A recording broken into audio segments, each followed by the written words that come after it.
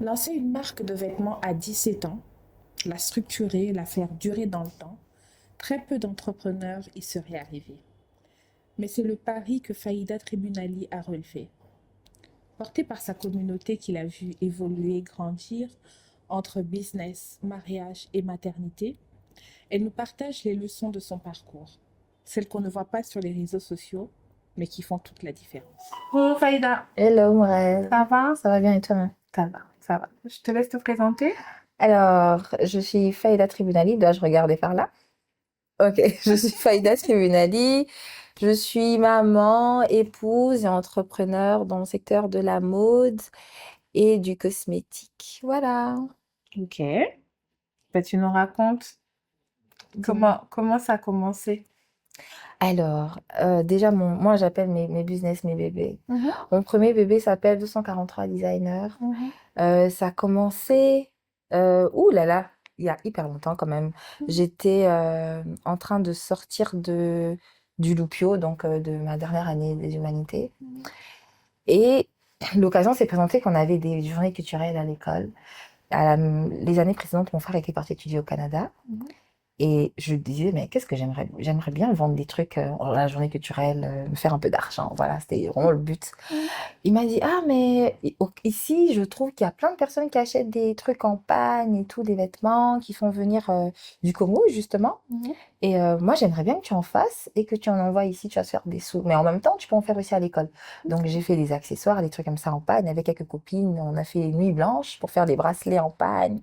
On a fait des accessoires et j'ai commencé à faire des vêtements que j'ai envoyés au Canada Mhm. à mon frère. Et puis, on s'est dit, ouais, écoute, et si on donnait un petit nom? Une marque. On a donné un petit nom. Et Ouais. si on structurait? Mhm. Et c'est parti comme ça, motivé par ma famille. C'est devenu ce que c'est devenu aujourd'hui. Ça fait combien d'années maintenant? Ça, c'est comme si tu me demandais quel âge j'avais. Ben oui. Ben oui, dis-nous. J'avais 17 ans à l'époque. T'as commencé très jeune. Oui, très très jeune, ouais, Ouais. très très jeune. 17 ans, ça fait où? 10 années. Waouh, bah écoute, félicitations. Merci. Déjà, parce qu'il n'y a pas beaucoup d'entreprises qui tiennent longtemps. Il faut qu'on se le dise, hein. Ouais, mais c'est pas évident non plus. Il y a eu beaucoup de moments de, est-ce que je peux dire des pauses, des petites cassures quand même, ouais. Ouais. Dans la longueur, comme ça on dit 10 ans, mais au milieu, il y a eu des petits moments assez difficiles. Mhm. Mhm, j'imagine. Ouais, ça. Mhm. Écoute, on va remonter encore plus loin. À ton enfance. Ok. Quel genre d'enfant t'étais? Ouh, je sors d'une fratrie de 3. Ouais. J'ai 2 grands frères. Je suis seule fille et cadette. Donc, enfant bien chouchouté, Ok. bien gâté, très protectrice envers mes frères parce qu'après, on ne donne que ce qu'on a reçu. Tout le monde est toujours d'ailleurs très protecteur avec moi et donc très protecteur avec mes frères, avec mes parents. Petite fille très ambitieuse depuis toujours.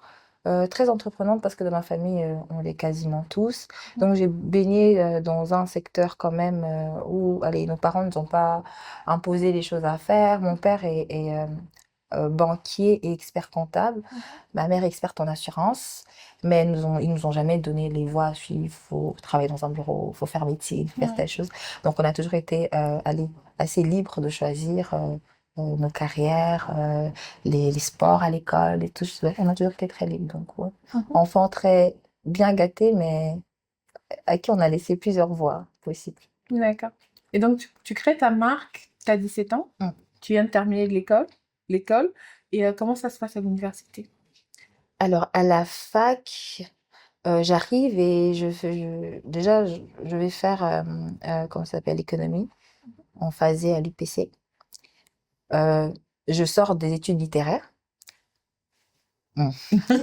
Bon, déjà, il faut que tu Ouais. nous expliques, hein, de la section Oui, littéraire à l'économie. Qu'est-ce qui s'est il s'est passé? passé quoi? Ouais. Moi, je suis quelqu'un, j'aime beaucoup vraiment tout ce qui est littérature, dont la généralité, les œuvres littéraires, tout ça.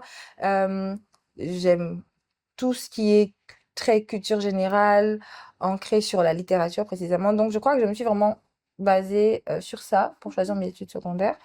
Et ensuite, à l'université, en vrai, je ne voulais pas faire médecine. Je ne voulais plus faire droit parce que bien loin avant, je voulais faire droit. Et je voulais pouvoir gérer mes entreprises. Donc, je suis allée sur la meilleure Ouais. option pour pouvoir gérer mes business. Ouais. Donc, le fait que tu aies ta propre marque, ça t'a aussi beaucoup Oui, ça m'a guidé boosté vers... quand même, oui, sur mon choix à l'université. Et quand je suis arrivée à la fac, il y avait euh, le côté où je voulais aussi quand même être assidue. Je voulais être une étudiante, pas loin d'être modèle. Mhm. Mais c'était difficile avec le fait d'avoir un business. Ouais. 243 designers prenait beaucoup de temps et je peux pas dire que c'était facile à la fac, pas du tout. Mais le bon côté, c'est que je quittais l'école où j'avais deux petites copines qui pouvaient acheter des choses et j'arrivais dans un secteur plus grand. Comment je Ouais. m'habillais, Mhm. à la fac, on me demandait, ah, mais j'aime bien ta tenue. Moi je disais, ah, mais c'est ma marque et C'est tout. moi qui Oui, fais. je me suis retrouvée, c'était dur pour étudier, j'avoue, mais c'était l'endroit pour faire du business. Donc, ça va. Ouais, ça Ça va. fait des sous. Et de fou. À C'est la bien, fac, on aime oui, ça. j'ai fait les sous. Ouais, Oui, ouais. ouais. Ouais, la fac se passe bien. Oui, la fac s'est très bien passée. Mhm. J'ai fait 5 années. En licence, je suis allée faire marketing. Mhm. Donc, oui, c'était très bien. Et les amis de la fac, ou même les connaissances, juste sont restés des clients fidèles. C'était une bonne base. Mhm. Ok, mais top, top. Et puis après, quand tu termines l'université, Je termine l'université. Je savais déjà, et mes parents savaient avec moi, que je ne vais pas aller chercher un un emploi. emploi. C'était connu de tous. Ouais. Et il fallait maintenant que ce soit mieux structuré parce que c'était le moment de gagner de l'argent réellement. Mhm. Donc là, il y a eu un moment de cassure quand même après la fac parce que j'avais déjà stabilisé quelque chose qui se passait autour de l'université. Mhm. Et à la sortie de Mhm. la fac, c'est une autre réalité. Il fallait trouver le moyen de générer des sous. Il fallait avoir une communauté solide autour de la marque. C'était plus forcément les amis de la fac qui voyaient comment je m'habillais. Mhm. Donc oui, là, c'était devenu un autre challenge que j'ai pu gérer, notamment grâce aux réseaux sociaux. Mais ouais, c'était pas du tout évident. Ok. Et donc, c'est à ce moment-là que tu te mets tu crées ton compte. Tu as commencé par quelle plateforme? En vrai, j'ai créé mes comptes dès que j'ai ouvert. Dès le début. Dès le début. Dès le début, toi, tu Dès le étais sur les début. réseaux J'étais sociaux. déjà sur les réseaux. J'étais sur les réseaux Ok. en 2000, c'est en 2015 que j'avais 17 ans, quelque chose par là, Mhm. quand j'étais en train d'avoir mon bac. J'avais déjà créé mes réseaux et je ne me disais pas forcément que ça va m'aider Mhm. pour vendre parce qu'à l'époque, j'étais très ancrée à la fac. C'est quand je suis sortie de la fac que j'ai vraiment mis plus d'énergie. C'était vrai que je travaillais déjà avec les réseaux sociaux, mais l'utilité, vraiment, je m'en suis bien rendu compte quand je suis sortie de la fac. Parce que sur les réseaux, au moment de la fac, je postais beaucoup aussi ce qui me concerne personnellement. Puis j'ai commencé à poster tout ce qui concernait les business. Et je suis tombée sur une marque qui s'appelle Nanawax, Mhm. mondialement connue. Ouais. Je suis tombée sur Maureen Haïté et j'ai trouvé en sa manière de faire un modèle. Un modèle. Ouais, Donc, c'était quelque chose de spontané, c'était naturel avec ses abonnés. Et c'est comme ça que j'ai pivoté allez, ma stratégie sur les réseaux. Je montrais plus forcément n'importe quoi, où j'allais manger, que j'étais avec des copines. J'ai commencé à montrer ce que je portais, à demander un peu l'avis de mes abonnés Mhm. sur des choix de tissus, des choix de modèles. Et c'est comme ça que j'ai finalement construit vraiment Ta une vraie communauté. communauté Et en autour. ce moment-là, tu as combien d'abonnés? En ce moment-là, je suis à la fac. Je pense que j'ai 5000. Pas grand-chose. 5000? Ouais. Pas mal. Ouais, pas mal. Oui, oui, Pas pas mal. mal. Pas mal, oui. En ce moment, là, à la fac, je crois que j'ai autour de 5000 abonnés. Mes comptes ont explosé pendant le confinement. Mhm. Ouais. Mhm. Pendant le confinement, je créais beaucoup de contenu autour des vêtements parce que justement, j'avais beaucoup de temps pour faire des croquis, j'avais Mhm. beaucoup de temps pour choisir la matière et tout. Mhm. Et donc, je travaillais, entre guillemets, avec ma communauté. Et comme on était tous un peu à la maison, tous mes comptes ont explosé en ce moment-là. Mhm. Ok. Et donc là, tu as fini l'université, tu sais que tu veux pas un emploi, Yeah. tu veux continuer avec ta Mm. marque, d'accord? Et comment tu arrives à t'en sortir, à te structurer? Est-ce que ça fonctionne, ça couvre tes charges, Mm. ça te permet d'avoir des bénéfices et tout ça? Comment financièrement ça fonctionne? Allez, en toute sincérité, Ouais. euh, au tout début, je travaille avec beaucoup de passion, peu de comptabilité. Donc, j'y mets tout mon temps, tout mon cœur, toute mon énergie. Je me souviens, une petite anecdote, un jour, il y a une cliente, elle vient de la fac, elle arrive à la maison. Donc, à l'époque, évidemment, je suis chez mes parents, je fais tout chez mes parents. Elle arrive, elle s'installe et elle dit à ma mère qu'elle vient pour moi, pour des habits et tout. Et donc, ma mère est toujours toute fière. Encore aujourd'hui, ça fait hyper longtemps, mais à chaque fois, elle est fière. Et je fais le paquet, j'emballe tout ça. Et mon père, qui est expert comptable, il regarde la facture. Il dit, mais c'est des cadeaux. J'ai comment ça, c'est des cadeaux? Elle vient acheter. Elle fait, tu vois, tu- ton plaisir, c'est juste dire que quelqu'un vient acheter. Mais est-ce que tu peux produire la même chose avec l'argent qu'elle t'a donné? Là, c'est le déclic. Ouais. À partir de ce moment-là, je sers la cliente et je reviens à l'école au pied de mon père. Ouais. Parce que je veux comprendre comment je fais, en fonction de quoi je mets les prix des Comment vêtements, tu factures? comment je facture comment je facture des services, parce qu'il y avait des moments aussi, à un moment donné, j'ai commencé à habiller même des mariés, et elle te dit, est-ce que madame pouvait venir et tout. Je dois facturer le service. C'est un autre Voilà, c'est un autre service. service. Ouais. Et donc là, j'ai réappris à structurer, à comptabiliser mon temps, mon transport, l'énergie que j'ai mis dedans et tout ce qui va avec. Oui, c'était quand même un petit chemin du combattant, mais allez, j'avais un bon professeur. Ah, Ouais. mais top. Donc, ton papa, il t'aide quand même à structurer Oui, en ce moment-là, ils m'aident tes beaucoup à comptes. structurer mes comptes. Ouais. Ouais. Et là, ça te permet quand même de dégager des Oui, marges oui, et là, oui. d'être rentable. Oui, en ce moment-là, j'ai commencé à être rentable. C'est là, on est autour de ma première année de licence quand même. Ouais, ça faisait déjà un bon moment que...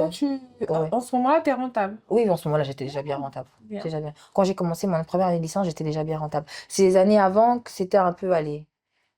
Et puis, Une je pense passion. que ouais, j'ai plus passion qu'autre chose. Mais quand j'arrive à la fin de mes études universitaires, je me rends bien compte que je vais devoir sortir d'ici, commencer la vie active. Et comme j'ai décidé que je n'irai pas chercher un emploi, voici mon emploi. Il faut que je fasse bien. Ok. Mm. Ok. Ben, écoute, et là, tu travailles seul ou tu as une équipe?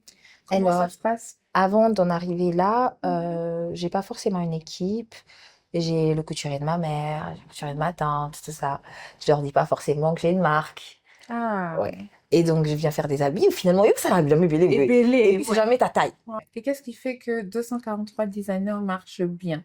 C'est quoi qui te démarque? C'est quoi qui fait que voilà, ta clientèle, elle est attirée, elle vient, elle achète? Allez, sincèrement, c'est l'authenticité.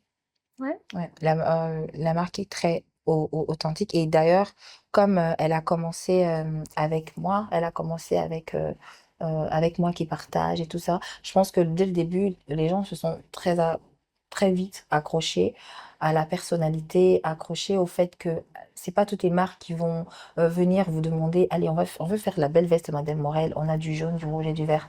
Qu'est-ce que vous préférez? Et puis, ils vont voter, on va discuter. Ça va permettre que déjà, l'avantage pour moi, c'est que quand je sais que quand je vais le sortir, j'aurai du monde qui va attendre parce qu'ils ont choisi la couleur, par exemple, tout bêtement. Et donc, on s'attache tout de suite. Et c'est pour ça que je suis même en train de dire récemment, c'est peut-être le moment d'essayer de faire l'équilibre.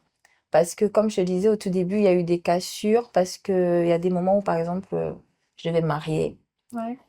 Au moment où je portais ma grossesse et que je ne pouvais pas m'afficher sur les réseaux. Il y a eu beaucoup de moments comme ça qui ont fait que comme la marque était attachée C'était toi. et comme je ne suis pas là, c'est moins évident. Donc oui, les gens sont attachés à cette authenticité-là, mais là, je pense que cette année, c'est le moment de faire un équilibre. Je veux bien continuer à être là, mais être là un peu moins pour que dans les prochaines années, dans les prochains mois, si pour quelque chose, je suis obligée de être moins présente devant la caméra, que le business continue à Que tourner. le business tourne Ouais. avec ou sans toi. Avec ou sans moi. Ok. Ok. Et donc aujourd'hui, c'est ton activité principale? Oui, aujourd'hui, j'ai 243 designers et Shiny Cosmetics Ouais. qui sont vraiment, ouais, il n'y a que.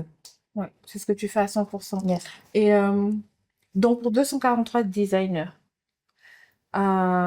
c'est quoi, si tu devais enlever, parce que voilà, tu fais plein de choses, le marketing, le design, tu dois vendre, mais c'est quoi ton core business?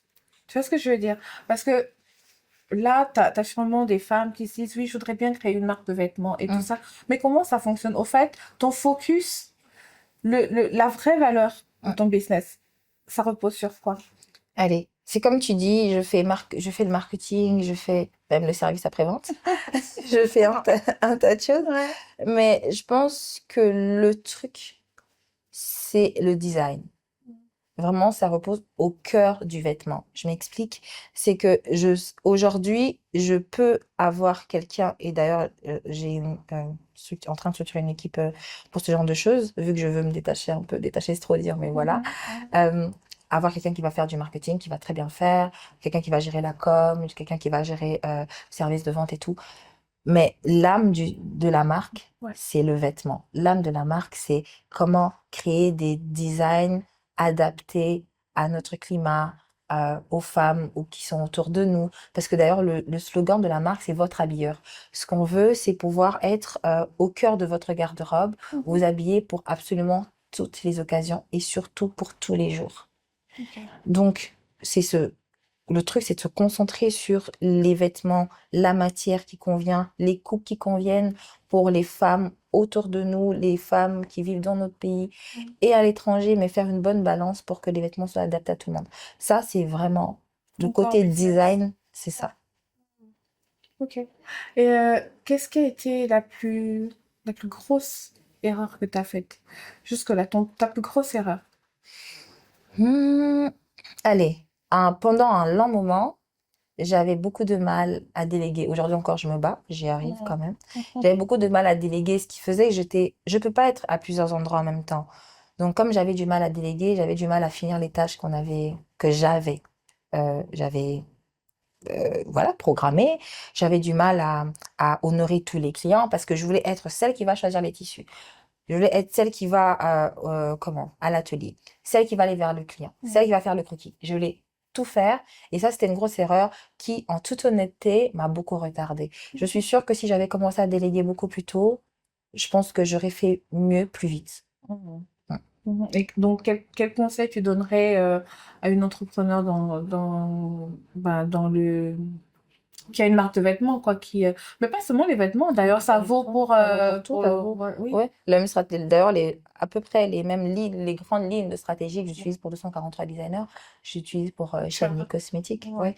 Je dis, en tout cas, si je dois me baser sur justement l'erreur que moi j'ai faite, c'est d'apprendre à déléguer. Déléguer veut pas dire abandonner. Déléguer veut pas dire fermer les yeux. Vous déléguez, mais vous contrôlez. Vous déléguez, mais vous restez au four et moulin pour votre business. Parce qu'en vrai, c'est comme les enfants, personne ne va faire mieux pour votre enfant que vous-même. Que vous-même. Ouais. Mais on peut pas tout faire tout seul. On ne peut pas tout faire tout seul. On se retrouve débordé, il y a des Et choses on n'arrive à rien faire, faire. finalement. Oui, finalement. C'est rien. Ouais. Et alors, comment tu passes de 243 designers à Shiny Ah, Cosmetics? c'est vrai que les gens se disent, mais Oh, qu'est-ce qui s'est passé? parce que ça allait Oui, bien, hein, c'est oui, 243 t'étais designers. pas. Oui, ça allait bien, ça va toujours très bien. Ouais. Ça n'a jamais été un besoin de remplir plus le porte-monnaie ou quoi. Donc, Shiny Cosmetics a commencé vraiment avec le nom, la structure et tout ça. On va vers la deuxième année, à peine. Mais déjà, il y a un moment, peut-être 4 ans, j'ai eu des petits soucis avec ma peau. Je suis allée vers deux grandes marques que j'oserais pas citer. La première n'a pas simplement pas marché. La deuxième marque, qui est quand même très connue, venait de s'installer au Congo, m'a brûlé la peau, mais vraiment littéralement. Ouais. D'accord. À l'époque, j'avais déjà une belle peau, j'ai eu des petits problèmes, et puis j'ai commencé à piquer ça, j'avais vraiment la peau brûlée. Ok. Et j'ai commencé à avoir des réactions, ma peau se contractait, ça chatouillait, je vais avoir des sprays à eau tout le temps. D'accord. Et puis je me suis dit, bon, et si j'essayais de trouver la solution, tout simplement, je suis allée sur YouTube, aussi simple que ça. Ok. J'ai commencé à regarder des tutos de produits naturels pour les petites brûlures dues aux produits cosmétiques qui n'ont pas marché. Ouais. Alors que c'était rien de. C'est même une marque qui se proclame bio. Ils sont peut-être bio. Ils doivent C'est une être. marque bio. Oui. Ils peuvent l'être. Mais juste ma peau a mal Bon, peut-être réagi à c'est certains produits, oui. oui. Je ne remettrai pas en cause la marque. C'est peut-être moi qui, à l'époque aussi, ne connaissais pas vraiment ma peau. J'ai peut-être pas choisi les bons produits et tout. Et donc, j'ai trouvé les formules sur Internet. J'ai utilisé sur moi. Ça marchait. J'ai utilisé sur une copine, ça marchait. Sur deux autres personnes, ça marchait. J'ai mis sur mes réseaux que j'utilisais des trucs naturels, que ça marchait. Les gens ont commencé à À te commander. demander. Ouais. Je me suis dit, ah ouais, vous voulez? Ok. Je veux bien vous en Ouais. donner. Ouais. Informellement. Et puis, j'ai commencé à en vendre tellement, ça débordait. J'en avais dans la maison. Et je me suis dit, bon, écoute, c'est vraiment C'est un un vrai business. business. On Ouais. va donner un nom, on va faire une soirée lancement. Et c'est parti comme Et c'est ça. parti comme ça. Ouais. Ok. Ok. Donc, au fait, c'est ta communauté euh, qui, suite à tes posts, t'a fait comprendre ce besoin-là et puis t'as Exactement. saisi l'opportunité. Tout à fait. Mm. Vraiment, je ne pense pas que sans ma communauté, j'aurais pensé à en faire un business. C'est vrai que dans ma famille, mes amis, tout le monde dit qu'avec moi, tout est business. Mm. Et même qu'avec moi, tout est un peu compétition. Ouais. Ah oui, Mais t'es très oui, compétitive. très, et un D'accord. peu mauvaise perdante. Ok. Mais je ne voyais pas vraiment le potentiel qu'il y avait là-dedans. Jusqu'à ce que je le dise sur mes réseaux, j'avais tel problème, j'ai géré comme ça, Mhm. et qu'il y ait une euphorie autour. Ouais. Ouais, sans ma communauté, non, j'aurais pas vu la mine d'or que c'était. Ouais. Mais c'est intéressant. Et donc, c'est quoi ton rapport avec ta communauté, avec les réseaux sociaux? Parce qu'on est nombreux à avoir du mal. Mm, Voilà, il y a beaucoup de gens qui sont pas sur les réseaux sociaux, qui veulent pas, voilà, mm. qui sont discrets, qui osent pas, voilà. Mais toi, c'est quoi ton rapport? Alors, Avec le recul, hein, oui, vraiment. avec le recul. Ouais. Allez, moi, je suis arrivée sur les réseaux assez tôt. Moi, je suis arrivée sur Instagram en 2015, je pense, avec le vieux logo. Mhm. Tout était bien vieux. Euh, mais je suis pas arrivée dans une période où il y avait de la pression. Ni pression, ni comparaison. Il n'y avait pas de jugement. Je pense même pas que TikTok, si ça existait, je sais pas, je sais même pas. Mhm. Euh, donc, je suis allée sur les réseaux vraiment avec, on va pas dire innocemment, mais il n'y avait en moi aucune crainte d'être jugée ou Pas quoi. d'objectif derrière, Ouais, pas de voilà, pas de calcul, calcul, je suis arrivée. naturellement. Oui, je suis arrivée 243 designers et arrivée par la suite, un an après, un an ou quelques mois, je sais plus trop. Et j'ai commencé à montrer. Et à l'époque, les réseaux étaient moins cruels, si Mhm. je peux dire ça comme ça. Mhm. Aujourd'hui, donc là, je parle pour les gens qui ont peur de se lancer par peur de jugement. Mhm. Mais il y a aussi ceux qui veulent juste pas se montrer. Moi, depuis petite, après, c'est peut-être grâce à la fratrie que j'ai toujours été le centre de l'attention. Ouais. J'ai, j'ai toujours eu une certaine facilité. Je faisais les récitals à l'école et tout. Une facilité à être au devant de la scène. Et même quand on me juge, que ce soit négatif ou quoi, une facilité, c'est peut-être trop dire, mais voilà, j'arrive à digérer vite. Ouais, Ouais. ça te dérange pas. Ça me Tu dérange pas, fais c'est ça pas grand-chose. Ouais. spontanément, ouais. Et donc, Mhm. quand je suis arrivée sur les réseaux, c'était dans ce type de contexte-là. Mais aujourd'hui, je pense que si je peux dire quelque chose, c'est les réseaux sont nécessaires. Nécessaires pour certains business. Mhm. Mais ce qu'il faut faire, c'est équilibrer, choisir les bonnes batailles. Ouais. Choisir les bonnes batailles dans le sens où, si tu veux, par exemple, un exemple comme ça, pendant un moment, je travaillais pour le restaurant de mes parents, Mhm. qui se trouve à Malocou, qui s'appelle le Févrin Resto. Je gérais le restaurant. Et par exemple, si on a un business comme ça, on n'est pas obligé de se montrer. C'était le seul business. D'ailleurs, quand on va aujourd'hui sur la page, on ne me voit pas. C'est Ok. le seul business que j'ai géré pendant un moment sans me montrer. Et j'ai pris, oh là là, tellement de plaisir. Ok. Je pouvais vraiment être toute moche. Pas de Et pression. pas de pression. Je montrais les plats, je montrais nos clients qui acceptaient bien de se faire filmer. Mhm. Donc oui, c'était nécessaire. Ça, en ce moment-là, ça a vraiment boosté le business familial. Mais je le faisais bien, j'étais derrière. J'ai choisi ma bataille pour le restaurant. Je montrais tout ce qu'il y a à voir, sauf moi. Les gens ne venaient pas pour moi, ils venaient pour manger. Donc, vous adaptez votre business à vos réseaux, au business que vous êtes en train de faire. De faire. Ouais. Ouais. Et qu'est-ce que tu dirais, trois choses que tu dirais à quelqu'un qui voudrait se lancer aujourd'hui? Pas à quelqu'un, à une femme entrepreneur qui voudrait se lancer aujourd'hui. Allez, je pense que, premièrement, la clé de toute chose, c'est d'abord d'avoir confiance. Confiance en soi-même. Mhm. Pas confiance en ton projet. Parce que quand on se lance, pour certains, ça va comme moi, c'est pas forcément écrit, c'est pas forcément, désolée, c'est pas forcément formel, mais pour certaines, en ce moment, c'est encore mieux de commencer déjà quelque chose qui est structuré, d'avoir une structure qui t'accompagne, d'avoir, Mhm. voilà, Mhm. oui. Et Ben, ouais, on revient encore, oui, on en revient encore. être entouré, Être entouré, voilà, structuré, tout ça. être structuré. Et ça demande de la confiance parce qu'on peut aller vers quelqu'un avec un super projet. Mhm. La personne peut être bien intentionnée, mais n'est pas disposée à comprendre ce type de projet. Ouais. Donc, il faut pas que les «Oh madame, on pense pas que si». puisse vous décourager, C'est ça. reprenez, changez de personne, trouvez le moyen, parce que je pense que quand le fond est bon, le moyen, on finit par le trouver, Ouais. de faire votre business. Et à part la confiance, il y a la créativité. La créativité, c'est dans tous les business.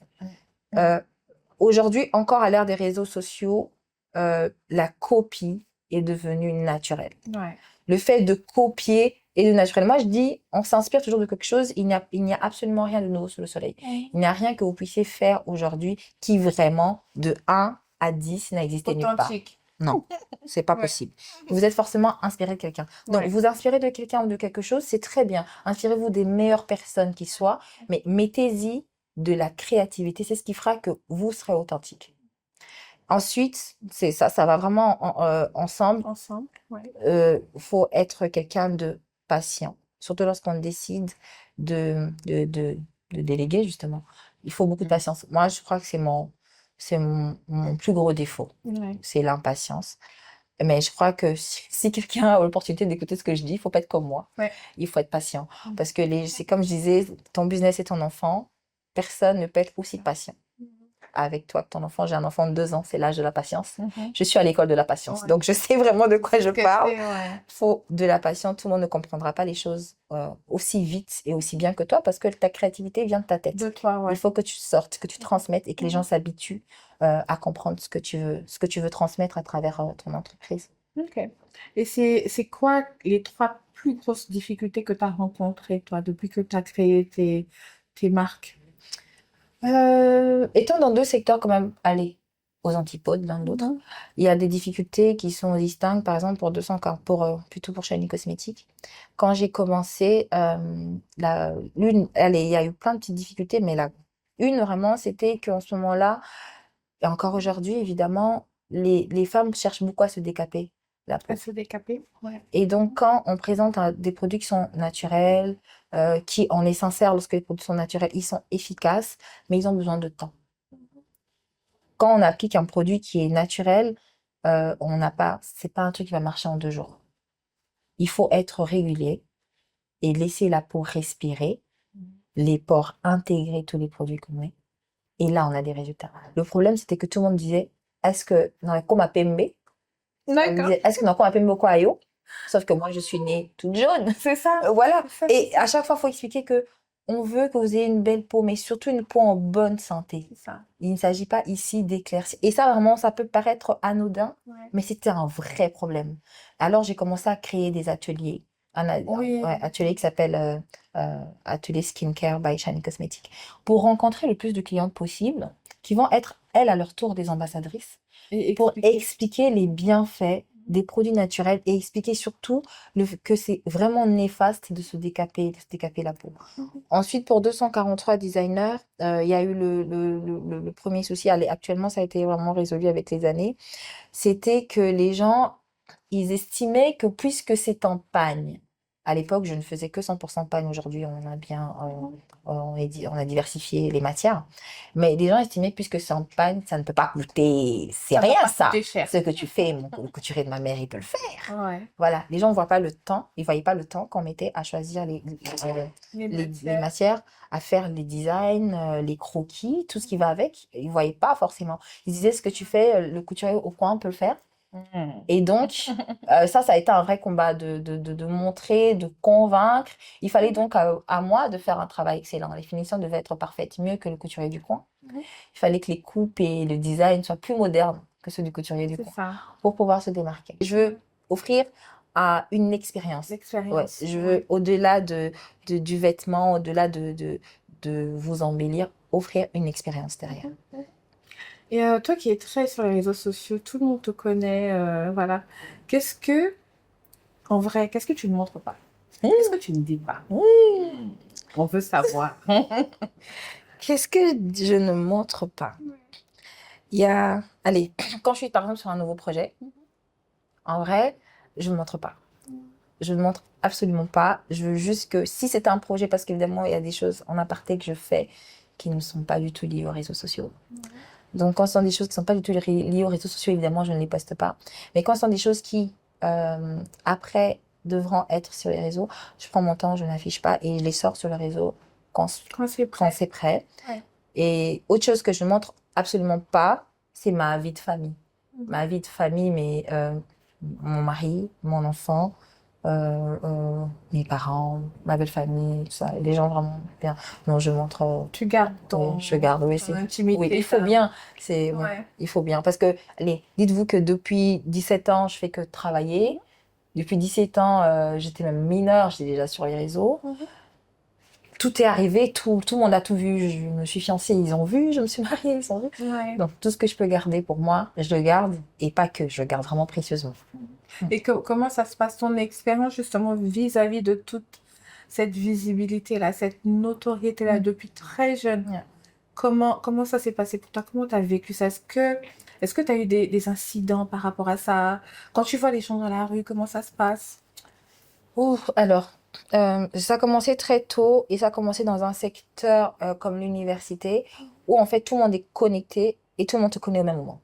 Ça veut dire, et déjà avec l'algorithme, si tu postes une photo et que tu mets à l'UPC, ça permet à toutes les personnes de l'UPC de trouver vite ta photo. Donc je me suis retrouvée très vite au début de la fac. Allez, moi je m'habillais toujours très bien parce que j'étais ma vitrine, mais il y avait aussi des jours où, voilà, Bah ouais, il y a des jours comme ça, hein. des jours comme ça. Et je me suis vite retrouvée que je pouvais plus vraiment avoir les jours comme ça. Ouais. Parce que tout le monde, allez, tout le monde à la fac, c'est peut-être trop dire, mais une grande partie des personnes à la fac, et même des assistants, qui disaient, ah mais C'est pas c'est toi. pas toi. Et du coup, tu n'avais plus le droit d'être un peu moche à la fac. Ouais. Et, et La toujours, pression, hein. oui, de toujours Ouais. bien t'habiller parce que n'importe qui pouvait dire, je vais la même tenue demain. Donc, ouais, il y a eu ça. Mais après, moi, ma communauté a toujours été vraiment très bienveillante. Les petits messages, un peu des petites piques, oui, Pas de harcèlement. jamais harcelé. Ah ouais. Ouais, jamais harcelé. Des petites piques, allez, 2, 3 fois de part et d'autre, mais bon, c'est 3 fois rien. Mon expérience avec les réseaux, vraiment très bien. Et comme je dis, je crois que j'ai peut-être réussi l'avantage de commencer les réseaux à un moment où les gens n'étaient pas aussi méchants. Hmm. Parce que c'est vrai que sur les réseaux, les gens peuvent être très méchants. Ok. Et par rapport à notre environnement, tu es au Congo, tu es à Kinshasa, entreprendre à Kinshasa. Alors, Cardio. bah, Ah là là là là là là. bon, déjà, partout, Cardio. tout le monde c'est cardio, mais alors, Non, ici, il y a supplément. ouais. Il y a Il y a supplément. supplément. Oui, c'est cardio avec supplément. Ouais. Parce que je suis certaine qu'il y a les embouteillages, par exemple, pas qu'à Kinshasa. Mais le niveau d'embouteillage que tu quittes la maison pour aller juste tout simplement dans un magasin de tissu et tu fais 5 heures sur la route, Ouais. alors que 5 heures, c'est le temps où ton couturier prend pour faire 2 tenues. C'est ça. Quand tu penses, vraiment là, le temps, c'est de l'argent. Ouais, c'est de l'argent. Oui, Ouais. tu perds énormément de temps. Et je pense qu'à Kin, on perd énormément de temps pour beaucoup de choses. J'ai l'impression un peu que tout le monde est un peu lent. Ça veut dire que tu vois, même quand tu vas finalement arriver au magasin, la dame va être nonchalante. Elle n'est pas pressée. Ouais, elle n'est pas pressée du tout. Même si tu dis, Madame, tu connais pas Zelanga. Maman, non, puis ça. Et là, tu es énervé. Mais sachant, mais tu te rends compte que c'est le rythme pour tout le monde. Ouais. Et finalement, tu finis par t'adapter, mais ce qui est pas bon, c'est qu'on s'adapte aux mauvaises choses. On s'adapte aux choses qui nous font reculer, on les normalise. Finalement, on recule sans même se rendre compte. Donc, c'est un vrai défi de tous les jours d'évoluer dans ce secteur. Ouais. Et parfois, on est un peu décalé parce que les gens ont leur façon de voir les choses, de faire les choses, mais toi, t'es speed, Oui, tu te retrouves, t'es décalé. t'es les gens décalé te comprennent complètement. pas. Et puis, ils se disent que ouf, elle était désagréable. T'es pas forcément désagréable, tu vas aller vite. C'est tout. Ouais. Ok, mais écoute, je te laisse donner ton mot de la fin, conclure cette conversation, super intéressant. Alors, mot de la fin, j'ai toujours du mal avec... Avec les mots de la fin? Oui, je sais pas, ça doit être comment. Ouais. Mot de la fin, on est au club M. On va parler aux femmes qui décident d'entreprendre, qui décident de se prendre en main. J'ai envie de dire de ne pas abandonner vos passions. Même lorsqu'elles commencent très jeunes, et surtout même aux mamans, aux tatas, à 17 ans, on a un enfant quand même, je pense. Ouais. Enfin, Ouais. quand votre enfant, votre nièce a une passion, toute passion qui peut devenir un métier, tout ça, faut pas les bloquer. Il faut leur montrer qu'ils ont le choix. Mettre sur table les choses que vous pouvez faire pour eux, ce qu'ils peuvent faire eux-mêmes et qu'ils choisissent. Ouais. Qu'ils arrivent à choisir. Et quand on vit de sa passion, c'est plus seulement un métier. C'est toute votre vie. avec un peu d'équilibre, on arrive à avoir je pense, une belle vie. Une belle vie. Ici, je ne parle pas d'argent. C'est vrai que l'argent fait le bonheur, C'est hein. très important. Oui, Ouais. mais là, je ne parlais C'est pas la de ça. vie. Je ne parlais pas de ça. Je parlais de Ouais. vivre Mhm. une vie épanouie, C'est ça. d'avoir un métier qu'on aime. C'est quelque chose de très important. Et lorsque on est finalement adulte et on est plus grand et que on veut commencer en ce moment-là, je pense que ça demande encore plus de confiance en soi-même. Quand on a un enfant, on y va presque les yeux fermés. C'est ça. Lorsqu'on est plus grand, on a plusieurs implications. Donc, de prendre en compte ces applications-là, ça demande beaucoup de confiance. Et si je peux dire quelque chose, c'est allez, foncez, prenez la confiance et surtout, vous allez faire des erreurs. Vous allez en faire Ouais. beaucoup, Beaucoup. beaucoup. Si vous pouvez, en tout cas, soyez très bien entourés parce que quand les erreurs vont arriver, vous serez à terre. Il faut des gens pour vous Pour vous aider relever. à vous relever. Vous relever et vous montrer la voie qu'il faut suivre pour pas tomber une énième fois. Ben, écoute, c'est super. On retient, on prend note. Faut faire. Oui, et ben, c'est pas tout de prendre note. Après, il faut Ouais, pratiquer, il faut faut faire. Écoute, merci Faïda. Avec C'était plaisir. super de te recevoir. Merci beaucoup. À bientôt. À bientôt.